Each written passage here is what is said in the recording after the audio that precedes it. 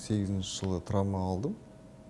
Бір қызды құтқарам деп суға секіріп, мойын омыртқамды сындырып алдым 2008 жылы. Ол кезде мен медицина академиясында, осы Астанада оқып жүрдім 6-шы курста. Бір жағынан оған дейін, мысалы, ол 23 жасымда болды. 23 жылында мен арбадағы адамды көргенде бір керемет мән бере бермеппін. Ол қазір де бар. Бірақ ол жылдары қаладан мүмкіндігі шектеулі адамды жұмыс істеп жүрген, ойын-сауық орталықтарынан, басқа да адамдар көп шоғырланған жерден көре бермейтін.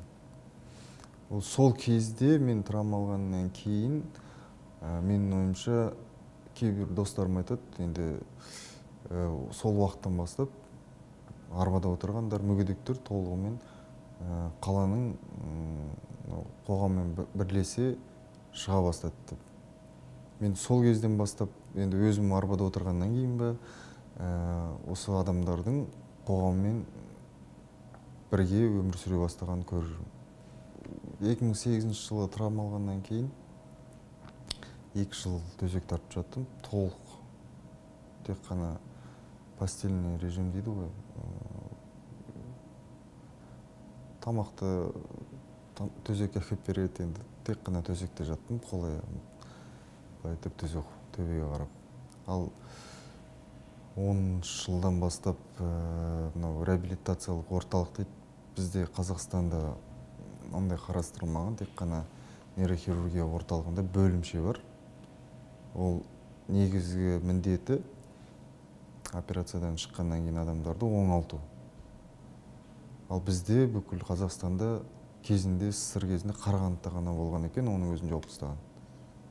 Ондай оңалту орталықтары жоқ болғандықтан Ресейге барып, Новосибирск қаласында бірінші рет арбаға отырып, оны талып қалып, сол жерде мен арбаға отырғызуды үйретті. Одан кейін ақырындап жаңағы қозғалып, өйткені жүріп жүрген адам қол-аяқ істемей қалғаннан, ол ер адамға, қандай адамға болсын қиындық түсіреді. Сондықтан маған барлығын қайтадан үйрену керек болды. Тамақты ішу, қасықты ұстау. Сол Ресейдің жақсы реабилитологтардың арқаларында жаңағы тісу барлығын қайтадан үйреніп, бойымнан өткізіп, 10 жылдан бастап, 11 жылдан қайтадан ортаға шығуға, арбада отыруға намыстанып сөйтіп жүрген болатынмын. Сол кезде достарым, курстастарым бар, басқа да достарым бар. Енді көп достарым, ол кезде 100 достың сол 5-еуі ғана қалады, ондай қиындық түскен кезде. Сол кезде солар ортаға алып шығып, жүр деп, оны ұялып, қысылып, ақырындап үйреніп соған. Жаңағы достарым арқасында осы ортаға шықтым деуге болады. Ал жеке өзіме қатысты қандай пікір дегенде, расымен мен фейсбуктардан, твиттерлардан сұраймын. Мүмкіндігі шектеулі адамды көргенде, маған өзіме қызық, өйткені мен туа бітіп арбада отырған жоқпын ғой, жүре келе пайда болды. Сондықтан менің 20 жылдық жүріп жүрген дені сау ретінде әлі де үміт үзбеймін, әрине жүріп кететін шығармын деп. Бірақ та арбада отырған инвалид дегенде, мүгедек дегенде арбада отырған адамды ғана елестетеді көбі. Бірақ та ортамызда біздің министерствоның статистикасы бойынша 700 мың мүмкіндігі шектеулі адам бар. Қазақстан бойынша. Ол официальный статистика бойынша, а неофициально тоже. Солардың барлығы, ол бала бар, ол құлағы естімейді, ол көз жанарынан айырылған, ол қолы жоқ, ол аяғы жоқ, толып жатқан, протезбен жүреді көп мүгедектер. Бірақ та ең осы әлеуметтік жағынан кемсітіп қарайтын осы арбада отырған адам. Өйткені неге ол біздің қазақтарда менталитет әлі де енді орта деп айтайын, ортадан да аспайды деп. Өйткені бізде СССР кезінде қалыптасқан арбада отырған адамды көретін болса, ол либо қайыршы, ол либо ортаға керек емес адам деген секілді. Сондай оймен қалып қойған. Сондықтан біз осындай ортаға біз де жұмыс істей аламыз, біз де керек екенімізді дәлелдеп келе жатырмыз. Бірақ та әлі де бұл жағынан жұмыс істеу керек. Өйткені арбада отырған адамды, болмаса мүгедекті көргенде оған көмектесем емес, ол жаңағы жанашырлық емес, онымен дос болып, онымен әңгімелесіп, оны қалай айтсам болады, өзінің бір қандай досыңмен, мысалы, жүріп жүрген адаммен қалай араласасың, сонымен араласып көрсең, мен ойлаймын, енді ортаға тең, ортаға тез сіңіп кетеді. Өйткені мен өзімнің басымнан өткеннен кейін, мысалы, арбада отырып бірінші рет, екінші рет шыққанда әлі есімде, адамдар бір түрлі оймен қарайды. Енді ішіне кіріп шыға алмайсың ғой, бірақ та көзінен, көз жанарынан көрініп тұрады. Не болған екен мынаған, неге бұл отыр екен деген, даже балалардың өздері сөйтіп сұрақ қойып жатқаннан кейін, ол үлкендердің де сондай сана сезімдерінде сондай сұрақ болады. Ол, мысалы, біз де енді ақымақ емес, біз көз жанарынан көріп тұрасың. Тым болмаса бір байқұс ау дегендей бір көзінен нұрды көріп тұрасың да, сосын жаңағы бір түрлі болып өзің ішіңнен бір жаман бір сезім болып қалады. Ал басқа ұлт өкілдері, мысалы, мен Германияда болдым, Қытайда болдым, Ресейде болдым, күледі, күліп өткізіп жібереді, амандасады. Мысалы, мен ол кезде енді коляскада отырған кезім, маған мен үшін какой-то бір арбада отырғанымды ұмытып кетті. Басқа бір енді арбада отырған енді сезесің ғой, бірақ та өзіңді сол бұрынғы қалыпта екеніңді біліп қаласың, жай ғана адамның кейпінен. Сол бізде әлі қалыптасып тұр, сол стимул, сол барьерді біз жоюымыз керек. 2003 жылы оқу бітіргеннен кейін мен Алматыға оқуға түстім, медицина колледжіне. Сол жерде біз жолдасымыз екеуміз таныстық, біз параллельно оқыдық. Сол сәттен енді бір жастықтың несімен бе, біз жаңағы дос болып араласып жүрдік те, одан кейін мен осы Астанаға ауысып кеттім 2005 жылдар. 6 жылдар осында медицина университетіне ауысып келдім. Сосын ол кезде сотовый, ол кезде керемет те болған жоқ.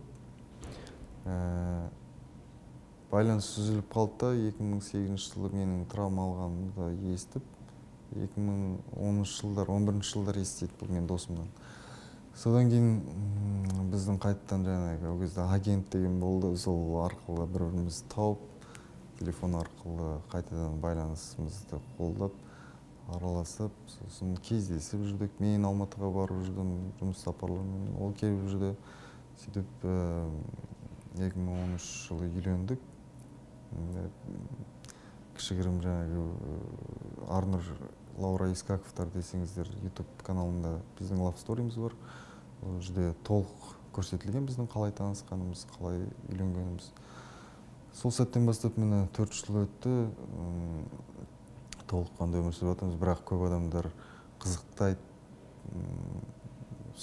қалай бұлар өмір сүреді, енді көбі қалай отбасылық өмірде бұл бір-бірімен нетеді, жаңағы бір-біріне қамқор болады. Өйткені ер адам, мен жаңа бір Айкерім деген сайтқа сұхбат бергем. Сонда сұхбат бергенде мен өзімнің жарыма деген, қалай айтсам болады, ішкі сырымды хат ретінде жазып жіберген. Сол жерде мен бұрын ойлайтын, үйленгенде мен жаңағы әйеліме көмектесіп жүремін, паласын қағам, үйтемін, машинамен тасимын деп. Сондай істей алмай отырып, кішкене сондай сәттер кішкене ғана өзіңді шымшып алады жаныңнан. Бірақ қасыңда осындай сенім білдіріп алға сүйрейтін адам болғаннан кейін алдыға өмір сүргің келеді әрине. Кейде бір шаршап қалған кездерің, сол кезде қолдап отырғанда менде бір мотивационный өзіңді алға сүйрейді, кішігірім болса да. Жүріп жүрген кезде лестница, бордюр дегендер ол аттап өте салатын нәрсе, былай қарасаң. Дені сау адамға. Келе жатасың да, мысалы, қазір расымен де күлкінішті нәрсе. Өзім кезінде футболды жақсы ойнағам. Былай айтсам, профессионалдың төмен жағында, деңгейінде айналыстым. Өзімнің разрядым болды, жақсы ойнап, сон енді ең бірінші сол травма алғаннан кейін, көзімді ашқаннан кейін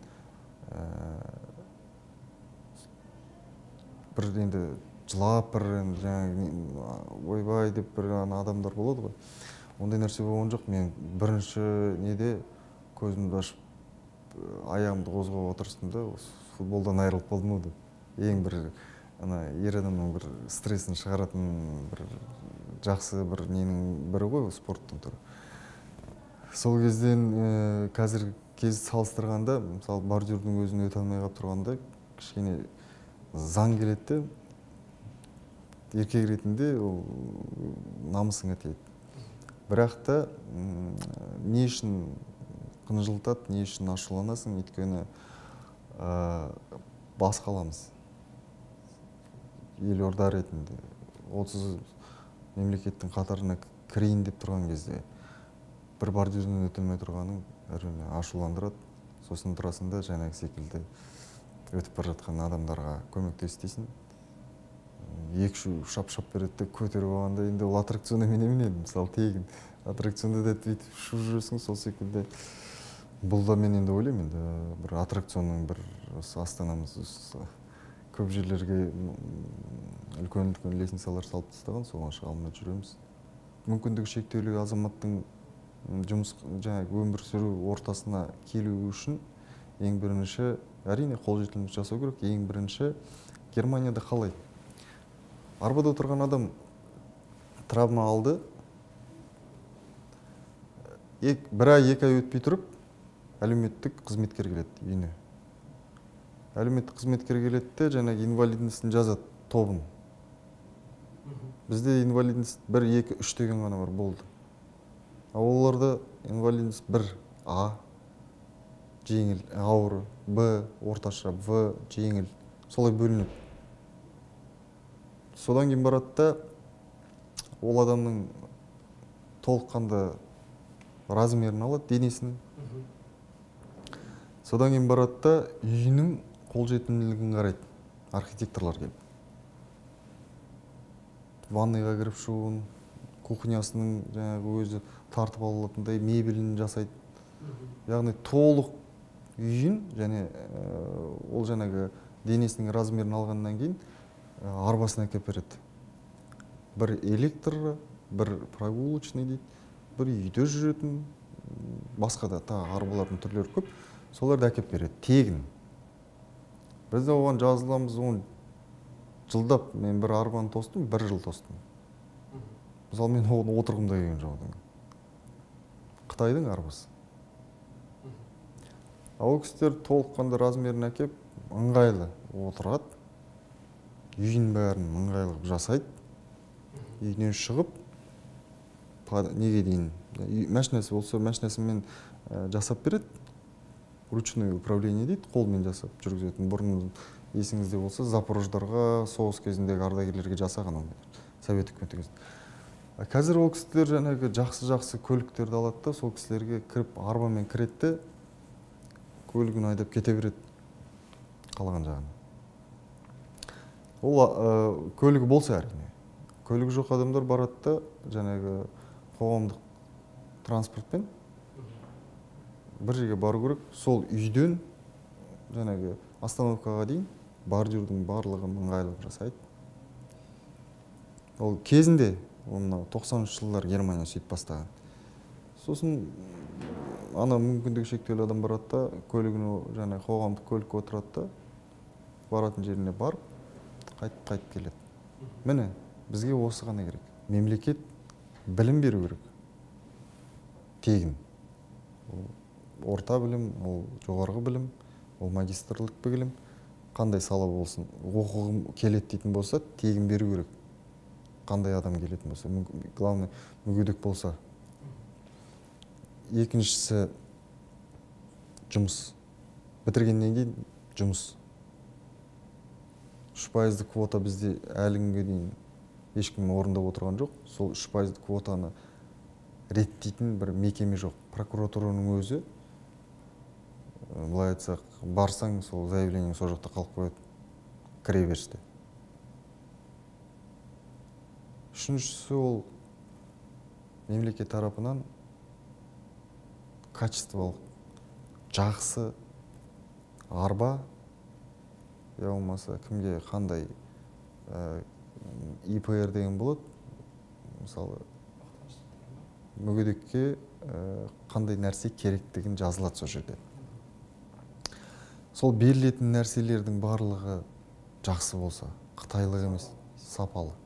Бізде Қытайдан арбаны әкеп береді, ана жаңа размерді алды ма, алмады ма болды. Болды, мән осаған болды. Ми чертіп келе берме деген. Ол істеп отырған мен ұйымдарды білем. Мүгедектік ұйымдар бар, сол жаңағы әкімдіктерді жаулап алған, солар істеп отыр. Өздері сол ақша үшін соның нәрсені басып отыр. А мен мына арбаны мен өзім алдым.